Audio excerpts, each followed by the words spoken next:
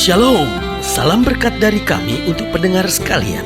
Saat ini pendengar akan diberkati dengan program Hari Ini Harinya Tuhan bagian yang ke-8. Sebuah program rohani tentang doktrin Alkitab yang menolong kita untuk semakin tertanam dalam kebenaran firman dan bertumbuh dalam kemuliaan. Bersama hambanya, Pendeta Gilbert Lumendo, STH. Banyak orang merasa doktrin Alkitab sebagai sesuatu yang membingungkan. Tetapi tahukah saudara bahwa doktrin Alkitab intinya adalah memahami Alkitab dengan benar, dengan pemahaman yang sistematis, sehingga kita terus dapat tertanam di dalam kebenaran firman, sehingga kita terus bertumbuh di dalam kemuliaan Allah. Buka hati saudara sekalian untuk menerima berkat-berkat firman-Nya hari ini. Salah satu kesalahan utama kita karena kita merasa diri yang paling hebat, merasa diri yang paling luar biasa. Ketika seorang merasa diri paling hebat, paling luar biasa, pasti saudaraku yang kasih dalam Tuhan, kita sebetulnya sedang berjalan menuju pada kehancuran. Kalau sudah mendengar program ini dan berkata, apa maksud pendeta? Saya ulangi sekali lagi. Salah satu kesalahan terbesar, salah satu kesalahan utama kita, yaitu jika kita merasa diri yang paling hebat. Yesus pernah berkata, siapa kamu yang ingin menjadi terbesar, dia harus rela menjadi hamba. Artinya, jangan pernah merasa diri yang terbesar, jangan pernah merasa diri yang terhebat. Kalau sebentar-bentar bilang, saya itu begini, saya itu begitu, tanpa kita sadari kita sedang kerasukan setan. Tanpa kita sadari kita sedang kerasukan roh peninggian diri sendiri. Kita ada untuk meninggikan Yesus, kita ada untuk menceritakan karya Kristus, kita ada bukan untuk menceritakan kepada dunia betapa hebatnya kita. Tahukah saudara, ketika orang terkagum-kagum kepada kita dan akhirnya bukan lagi Yesus, yang akhirnya ada cuman wah dia hebat ya, wah dia jago ya. Itu sebabnya di dalam gereja dan pelayanan kita, saya terlalu percaya bahwa hanya doa orang benar yang besar kuasanya, bukan hebatnya seseorang. Kalau seorang pendeta bisa jago, dipakai Tuhan, bisa diurapi Tuhan, karunia-karunia luar biasa, itu karena ada banyak orang yang mendoakannya. Itu sebabnya jangan lupa diri, jangan merasa diri yang paling hebat, jangan sebentar-bentar beritakan tentang saya begini, saya begini, saya begini. Mari kita tinggikan Yesus, mari kita ceritakan kasih, kuasa, pekerjaan kedahsyatannya, bukan betapa hebatnya diri kita dalam ladang Tuhan. Karena kalau kita sudah merasa diri hebat, kita cenderung mudah menuntut, ya kan, harus begini dong, harus begini, ya kan. Kita merasa diri, kan saya sudah buat ini, kan saya sudah buat ini, Tuhan buktikan, oh ya kan. Akhirnya kita menuntut, kita ini siapa? Kita ini kan cuma hamba. Paulus sampai bilang, kesanggupan kami adalah pekerjaan Allah. Itu sebabnya dijauhkanlah dari kita perasaan sombong. Kadangkala kita tanpa kita sadari, kita mau mulai menyombongkan kerendahan hati kita. Oh, ada di mana-mana kita bilang, saya ini orang yang paling rendah hati, saya ini orang yang selalu mengalah, saya ini orang yang baik. Waduh, kita menyombongkan lagi kerendahan hati kita. Saudaraku yang kasih dalam Tuhan, Paulus bilang, kalau aku mau bermegah, aku bermegah dalam salib. Kalau aku mau bermegah, aku bermegah dalam segala kelemahanku. Karena justru di tengah aku lemah, aku kuat. Dengan lain kata, kalau aku mengandalkan kekuatanku, aku sebenarnya lemah. Jadi ingat, ketika kita mulai merasa diri yang paling hebat, kita cenderung mudah menuntut.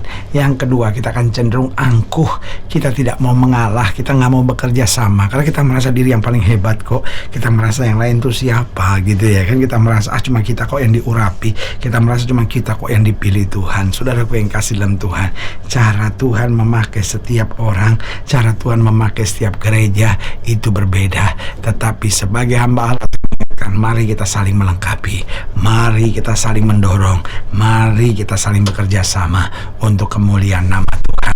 Lalu yang ketiga saya pelajari, jika kita mulai merasa diri yang paling hebat, maka kita cenderung tidak mau berubah dan tidak mau mendengar nasihat. Orang kalau udah sebentar-bentar saya tuh begini, saya tuh, perhatikan, pasti nggak mau dengar teguran, pasti nggak mau dengar nasihat. Dan sudah perhatiin deh, bertahun-tahun pasti begitu-begitu aja, nggak pernah mau berubah. Kenapa? Karena kepala batunya itu. Kenapa? Karena udah karat kehebatannya itu. Sebagai hamba Allah, saya hanya mau ingatkan buat saudara, kalau kita udah nggak bisa ditegur, kita udah nggak bisa dinasihati, berarti kita sedang ada di ambang kejatuhan kita. Sebagai hamba Allah, saya hanya mau ingatkan buat saudara, mari kita menjadi orang-orang yang terus rendah hati.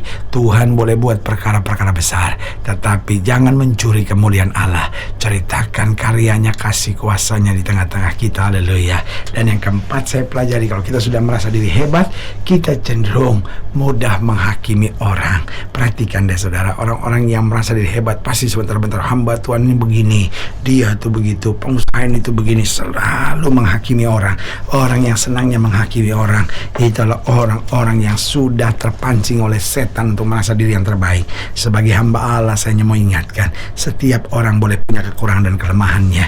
Kita tidak dipanggil Tuhan untuk saling menghakimi, tapi kita dipanggil Tuhan untuk saling melengkapi, saling mengasihi, saling menguatkan dalam terang kasih anugerah Tuhan yang sempurna. Haleluya. Selamat datang dalam program kita hari ini, Harinya Tuhan, sebuah program rohani yang kembali mengingatkan kepada kita betapa pentingnya kita menjadikan firman Tuhan sebagai dasar keseharian hidup kita.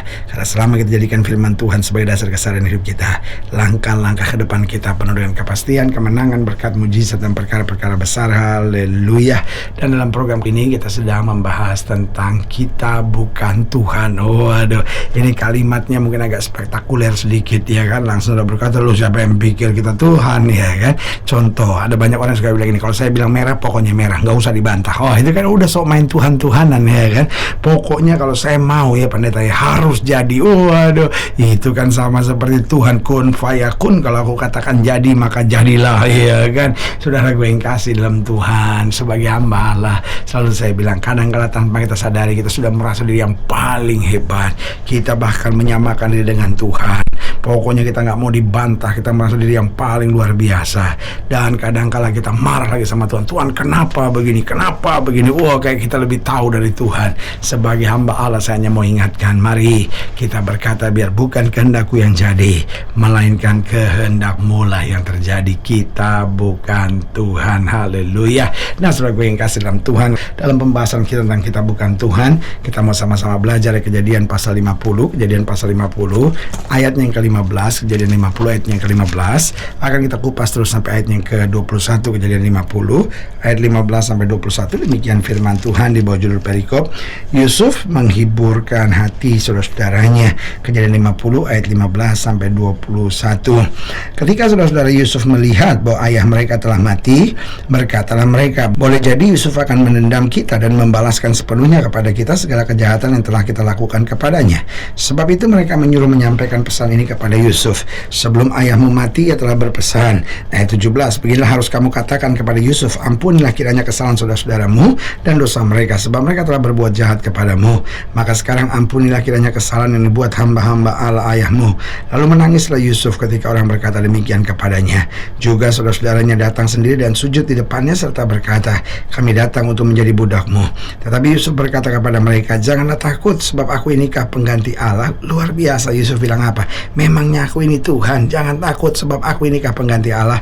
Memang kamu telah mereka-rekakan yang jahat terhadap aku, tetapi Allah telah mereka-rekakannya untuk kebaikan, dengan maksud untuk melakukan seperti yang terjadi sekarang ini, yakni memelihara hidup satu bangsa yang besar. Jadi janganlah takut, aku akan menanggung makanmu dan makan anak-anakmu juga. Demikianlah ia menghiburkan mereka dan menenangkan hati mereka dengan perkataannya. Haleluya. Saudara yang kasih dalam Tuhan, Yusuf mau mengampuni saudara-saudaranya yang telah begitu mengecewakannya, dan sebetulnya kesadarannya luar biasa. Dia bilang, aku inikah pengganti Allah. Saudara yang kasih dalam Tuhan, berarti jelas kalau kita menyadari kita bukan Tuhan, kita bisa menerima orang lain apa adanya. Kita nggak mudah menuntut, kita mau mengalah, kita mau merendahkan diri, kita mau mendengar nasihat, dan kita mau jadi berkat sehingga kita bisa mengampuni. Dan saudara yang kasih dalam Tuhan, pengampunan ini sangat penting sekali, karena yang pertama saya pelajari, pengampunan membangun iman. Artinya apa? Kalau kita lepaskan pengampunan, maka iman kita akan terus makin dikuatkan. terbangunkan. Saudaraku yang kasih dalam Tuhan, kita boleh dengar firman, tapi kalau kita tidak mengampuni, iman kita tidak pernah terbangunkan. Jadi ingat, kita harus mengampuni karena pengampunan membangun iman. Yang kedua saya pelajari, kita harus mengampuni karena pengampunan membenarkan hati. Dia membenarkan, membersihkan hati kita. Saudaraku yang kasih dalam Tuhan, waktu kita tidak mau mengampuni, hati kita makin hari makin kotor, hati kita makin jorok, hati kita makin najis di hadapan Tuhan. Kenapa? Karena akhirnya kita jadi orang yang munafik. Kita nantikan pengampunan dari Tuhan, tapi kita sendiri tidak mau mengampuni. Tetapi waktu kita mau mengampuni, walaupun kadang-kala sakit, walaupun kadang-kala berat, walaupun kadang-kala mengecewakan kita, aduh Tuhan, masa orang kayak gitu mesti saya ampunin, berat sekali. Tetapi sebagai hamba Allah, saya mau ingatkan, pengampunan akan membenarkan hati kita. Dia akan membersihkan hati kita, bahkan dia akan membesarkan hati kita. Orang-orang yang bisa mengampuni, dia punya jiwa yang besar dalam hidupnya. Haleluya. Dan yang ketiga saya pelajari, mengapa kita harus mengampuni? Karena pengampunan membuka jalan untuk kita menerima berkat-berkat Allah. Artinya waktu kita mulai mengampuni, maka jalan berkat-berkat Allah akan tercurah dalam hidup kita. Kedendaman dan kebencian menutup jalan berkat dan mujizat, tetapi pengampunan membuka jalan untuk berkat dan mujizat mengalir dalam hidup kita. Haleluya. Dan yang keempat, mengapa kita penting untuk mengampuni? Karena pengampunan menghadirkan damai di hati dan mengusir segala serangan roh jahat di dalam pikiran dan jiwa kita. Tahukah saudara, ketika engkau gak bisa ngampunin, maka segala serangan roh jahat ada di hati, jiwa, dan pikiran kita. Tetapi sekali kita mengampuni, maka roh damai sorga, roh sukacita, roh kemuliaan turun di hati kita, memenuhi segala kebenaran hidup kita. Haleluya. Kalau itu saudaraku yang kasih dalam Tuhan, mari kita ampuni. Ingat, kita bukan Tuhan, artinya kita juga bisa salah. Karena kita bisa salah, kita juga bisa mengecewakan. Mari kita bisa terima ketika orang salah dan mengecewakan kita. Haleluya. Saudaraku yang kasih dalam Tuhan, jika saudara yang dilayani lebih jauh, hubungi kami melalui telepon, hubungi kami melalui surat, kunjungi website kami, karena kami ada untuk membawa Bapak Ibu saudara senantiasa lebih dekat pada Tuhan dan mengalami kasih kuasa mujizat yang luar biasa. Haleluya. Secara khusus melalui program ini juga saya mau berdoa buat siap yang sakit, siap yang berbeban berat, karena saya percaya bahwa bagi Allah tidak ada perkara yang mustahil. Nah, saudara yang didoakan secara khusus boleh taruh tangan kanan saudara di dada dan kita akan berdoa. Mari kita berdoa. Bapa, dalam nama Yesus, hamba doa buat yang sakit, hamba doa buat yang berbeban berat, hamba doa untuk setiap mereka yang sedang menghadapi masa-masa yang sukar, karena hamba percaya bahwa bagi Allah tidak ada perkara yang mustahil. Bapa, hamba berdoa di dalam nama Yesus, Tuhan jamah yang sakit, Tuhan sembuhkan, yang lemah Tuhan kuatkan, yang susah Tuhan liburkan, yang jatuh Tuhan angkat, sehingga hari-hari yang penuh kemenangan boleh berlaku. Secara khusus hamba doa buat mereka yang taruh tangan kanannya di dada, di dalam nama Yesus, Tuhan jamah anugerah kasih karunia berkat kuasa Tuhan boleh terus terjadi. Bahkan mereka yang taruh tangan kanannya di dada, karena sekarang sedang membutuhkan Tuhan menjamah, memulihkan hati mereka yang disakiti dan dikecewakan. Hamba doa di dalam nama Yesus, Tuhan jamah sehingga anugerah kasih karunia kuasa kedamaian dari Kristus boleh mengalir, sehingga kami boleh mengampuni karena kami penuh dengan kekurangan. Kami juga harus bisa menerima orang lain apa adanya. Di dalam nama Yesus kami berdoa. Haleluya. Amin. Saudara yang kasih dalam Tuhan, kita sudah berdoa. Ingat, Allah tidak pernah lalai menepati janjinya. Inilah saatnya buat kita untuk bangkit bersemangat, bersuka cita dalam menghadapi segala perkara, karena kita tahu Yesus hidup, Yesus berkuasa, dan selalu menyediakan terbaik buat anak-anaknya. Doa saya menyertai saudara. Sampai berjumpa pada program berikut, dan jangan lupa jadikan hari ini harinya Tuhan. Haleluya.